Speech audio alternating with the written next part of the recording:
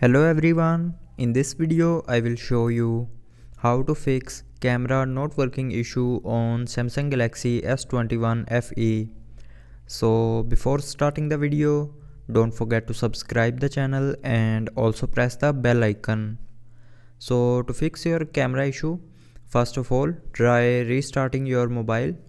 So to restart your mobile, swipe down and open quick settings panel, and here click on this turn on or off icon, and here you will see a restart option. So click on this option, and here again click on this restart option to confirm, and after restarting your camera problem will be fixed. But if it doesn't fix your problem, then open settings again, scroll down, and here click on apps.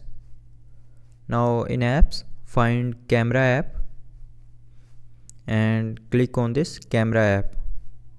Now go to the storage of camera app and then click on clear cache to clear the cache memory of camera app. And after doing this, your problem will be fixed.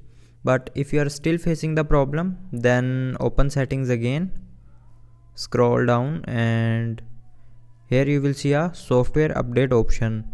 So click on this option and then click on download and install to update your mobile software to latest version.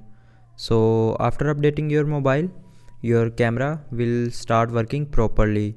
So I hope you liked the video. Thanks for watching.